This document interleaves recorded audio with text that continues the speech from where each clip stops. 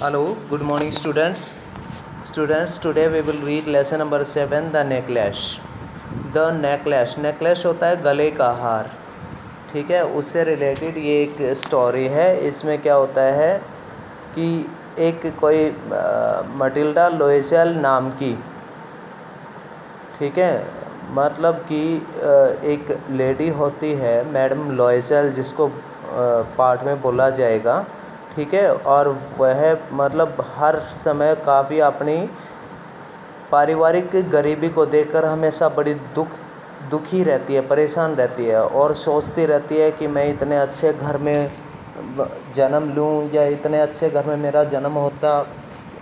और फिर उसकी शादी भी किसी गरीब क्लर्क के साथ हो जाती है, तब वो और भी दुखी हो जाती है, क्योंकि वो सोचती है कि वह किसी अच्छे से घर में अगर उसकी शादी होती है जहाँ पर उसके सभी ख्वाब पूरे होते, वो पार्टी में जाती, कहीं बाहर घूमने जाती।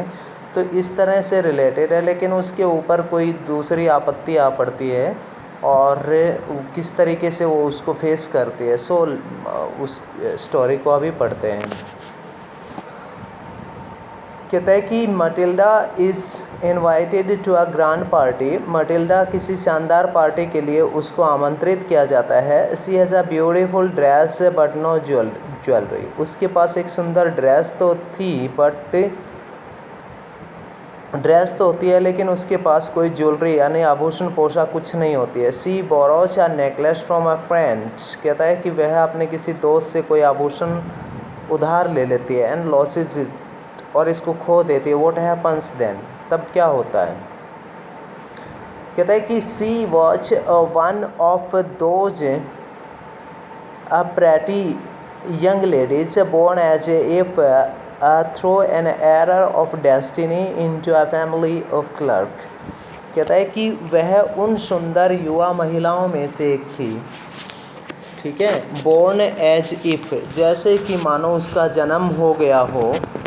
दो एन एरर ऑफ डेस्टिनी, मतलब भाग्य की कोई गलती की वजह से। Into a family of clerk, जैसे कि उसका जन्म भाग्य की किस्मत की गलती से किसी मतलब गरीब क्लर्क परिवार में हो गया था। सी हैड नो डाउरी, उसके पास न तो दहेज था, नो होप्स, न कोई उम्मीदें आशाएं, no means of becoming known, और न ही कुछ ऐसे स्रोत थे जिससे कि वो बिकमिंग नॉन मतलब प्रसिद्ध होना, वो प्रसिद्ध हो सके। लाउड, और अपने प्यार को पाने की कोशिश में। And married bye a rich man, either rich और डिस्टिंग्विश्ड, और या फिर उसकी शादी किसी मतलब कि काफ़ी धनी या किसी मतलब विशिष्ट व्यक्ति से उसकी शादी हो।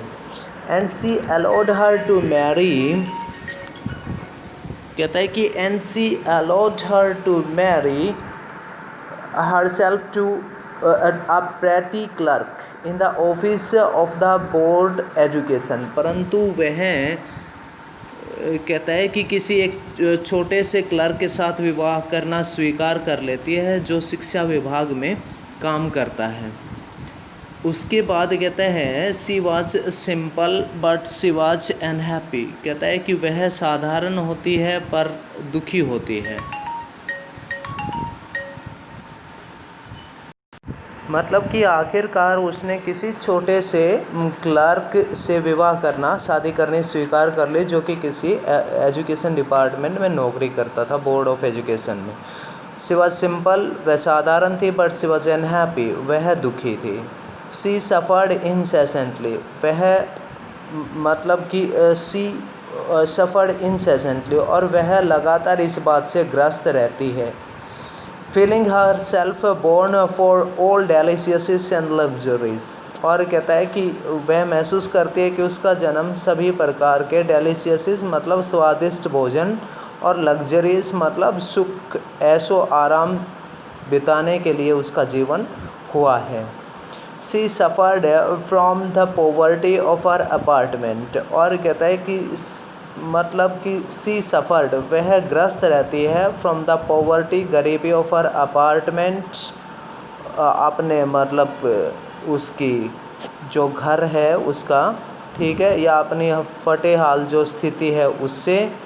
द सेबी वॉल्स, और उसकी मतलब पुरानी या कुरूप सी दीवारें, ठीक है। शैपे मतलब गंदी स्मेल वाले भी हो सकते हैं वो दीवारें उसके घर की।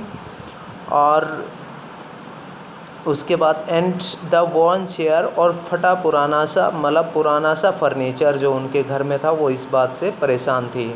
All these things tortured and angered her ये सभी चीज़ें उसे ताना देती थी, उसे परेशान करती थी मन ही मन में, और उसे काफ़ी गुस्सा आता था। कहता है कि when she seated herself for dinner opposite her husband who uncovered the tureen with a delight air saying oh the good pot pie. कहता है कि जब वह अपने पति के साथ खाना खाने के लिए बैठती, डिनर मतलब रात का खाना, ऑपोजिट हर हस्बैंड अपने पति के सामने बैठती, हु अनकवर्ड जो कि बिना ढकी हुई, the tureen with delight air, the tureen मतलब सूप का कटोरा, बिना ढक्कन के सूप का जो कटोरा, जो डिलाइट एयर मतलब खुश भाव से जो कहता था कि saying oh the good pot pie, कि अरे कितना अच्छा खाने की चीज़ बनी है। पोट पाई मतलब कोई भी चीज़ जो ईटेबल जो चीज़ है खाने योग्य। कहता है कि I know nothing better than that, मैं नहीं मानता कि इससे भी अधिक अच्छा कुछ हो सकता है। ऐसे और think of elegant dinners of shining silver, ah thought of the exquisites food served in marvellous dishes. पर जो ही वो खाना रखा जाता तो वह यानी कौन, मिसेस मटिल्डा, वो सोचती थी किस बारे में, शुड थिंक वो सोचती थी ऑफ एलिजेंट डिनर, उस शानदार भोजन, ऑफ शाइनिंग सिल्वर जो चमकीले चांदी के बर्तनों में परोसा जाता, सी थॉट फॉर द एक्सक्विसाइट फूड, और वह उस अत्यंतम सुंदर भोजन के बारे में सोचती, सर्व्ड इन मार्वेलस डिशेज जो कि उन शानदार मतलब की चीज़ें उसके अंदर परोसी जाती थी, यानी उस खाने के बारे में सोचती थी। She had neither frocks nor jewels, और कहता है कि ना तो उसके पास फ्रॉक थे न ही ज्वेल्स हीरे जवाहरात वगैरह थे, नथिंग कुछ नहीं था। And she loved only those things, पर वह केवल मतलब उसको अच्छी तो केवल वही चीज़ें लगती थी, मतलब कि she was very over ambitious lady, ठीक है ना, बहुत अति महत्वाकांक्षी औरत थी। कहता है कि she had a rich friend, उसकी एक बड़ी धनी मित्र थी, school mate at the convent, जो एक स्कूल की साथी थी जो उसके साथ पढ़ती थी। Who she did not like to visit, जिसके पास वह जाना या जिससे मिलना वह पसंद नहीं करती थी।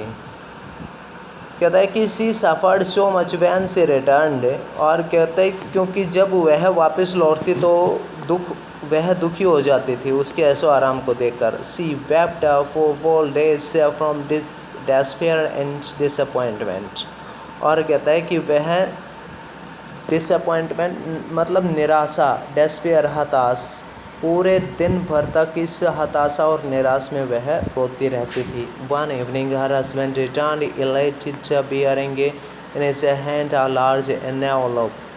कहता है कि एक सायंकाल को उसके पति बड़े खुश होकर एक बड़ा सा लिफाफा लेकर लौटे सायंकाल को, ठीक है। Elated bearing in his hand, ठीक है ना, जिसमें मतलब काफ़ी एक कुछ लिखा हुआ था बड़ी शान से, लेटेड बियरिंग अच्छे शानदार अक्षरों में लिखा हुआ था, लार्ज एनवेलप एक बड़ा सा लिफाफा।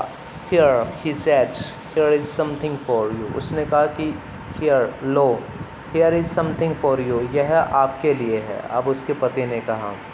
कहता है कि she quickly drew out a printed card on which were inscribed these words. कहते हैं कि और उसने शीघ्रता से वो कार्ड निकाला जिस पर ये शब्द इंस्क्राइब्ड मतलब अंकित होना, लिखे होना, वो लिखे हुए थे। The minister of public instruction and madam George Ramponneau ask the honour of mister and missus Loisels' company, यानी इन सब को जो पब्लिक के इंस्ट्रक्शन मिनिस्टर है उसकी पार्टी में शामिल होने के लिए दोनों हस्बैंड वाइफ को इनको बुलाया गया था। मंडे इवनिंग, सोमवार की सायंकाल को 18 जनवरी को एट मिनिस्टर्स रेजिडेंस, मंत्री के घर पे। इंस्टीड ऑफ बीइंग डिलाइटेड, खुश होने के बजाय, H her husband had hoped, जैसे कि उसके पति को उम्मीद थी, वो खुश होने के बजाय, she threw the invitation spitefully upon the table murmuring, उसने वह कागज़ या वह कार्ड जो था वो बड़बड़ाते हुए मेज़ के ऊपर फेंक दिया। What do you suppose I want with that, मतलब इस कार्ड को लेकर मैं क्या करूं, ठीक है।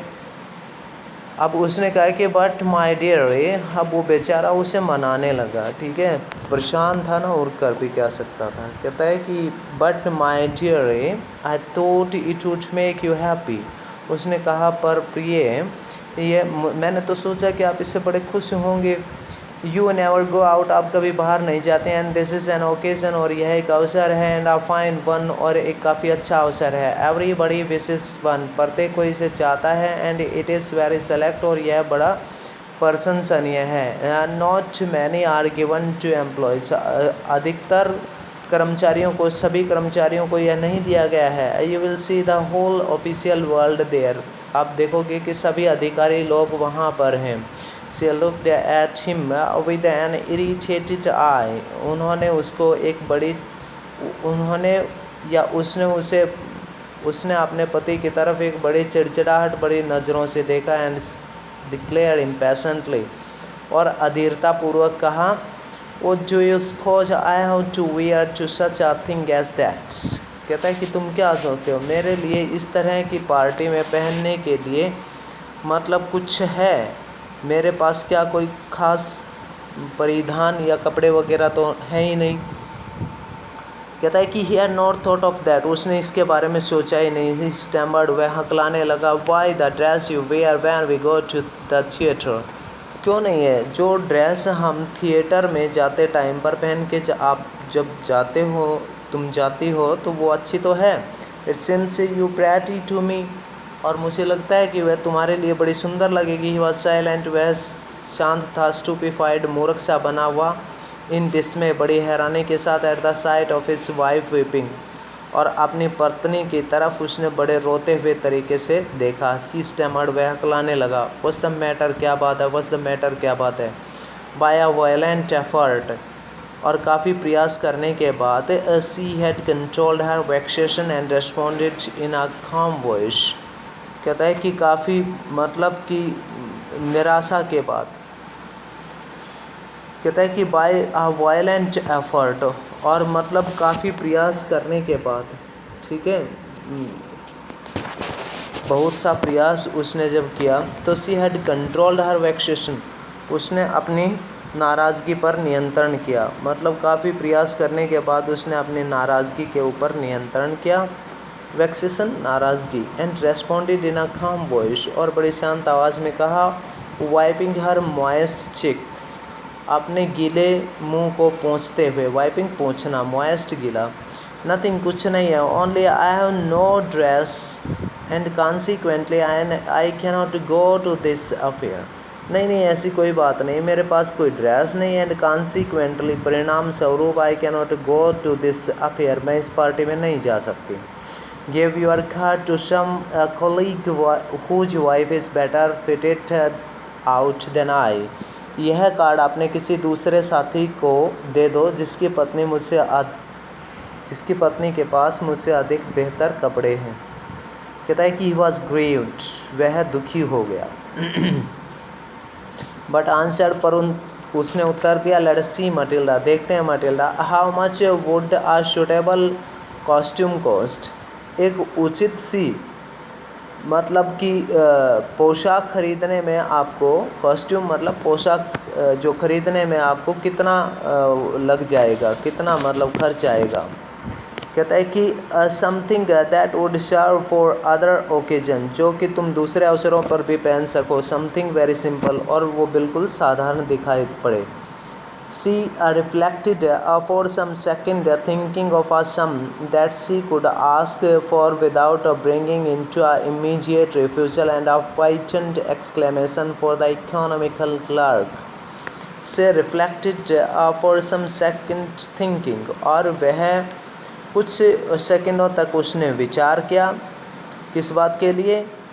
ऑफ अ सम, एक उस राशि के लिए, उस पैसे के लिए, that she could ask for without bringing with it immediate refusal, जो पैसा वो उस अपने पति को बता सके और वो भी विदाउट एन इमीडिएट रिफ्यूजल, कि वो तुरंत उन पैसों को इनकार नहीं कर सके, मतलब ज़्यादा पैसे ना बताए। एंड आ फ्राइटन्ड, और भय था कि exclamation for the economical clerk, कि कहीं यह कंजूस क्लर्क मना नहीं कर दे। इकोनॉमिकल मतलब कंजूस। फाइनली सी सेड, आखिरकार उसने कहा, इन आ हेजिटेटिंग वॉइस, एक हिचकिचाती आवाज़ में, I can not tell exactly, सही तो मुझे नहीं पता, but it seems to me, पर मुझे लगता है, that about 400 francs or to cover it, लगभग 400 फ्रैंक इसको लाने में लग जाएंगे। ठीक है। ही टर्न्ड अ लिटिल पेल, ये राशि सुन के उसका चेहरा पीला पड़ गया, उसके पति का। तो कहता है कि for he had saved just this sum to buy a gun, क्योंकि उसने इतना पैसा बचा रखा था एक बंदूक खरीदने के लिए, that he might be able to join some hunting parties the next summer, जिस बंदूक को लेकर वह अगली गर्मियों में शिकार करने के लिए कहीं पार्टियों के साथ जाने वाला था। विद सम फ्रेंड्स, अपने कुछ दोस्तों के साथ, who went to shoot lark on Sunday, जो कि मतलब लार्क पक्षी को संडे को शिकार करने के लिए जाते हैं, तो वो शिकार कर सके इस बात के लिए। नेवर दिलेस, फिर भी ही आंसर, उसने उत्तर दिया, वेरी वेल, ठीक है, I will give you 400 francs, मैं आपको 400 फ्रैंक दूंगा, but try to have a pretty dress, पर एक अच्छी ड्रेस खरीदने की कोशिश करना। बस स्टूडेंट्स, इतना ही पढ़ेंगे आज।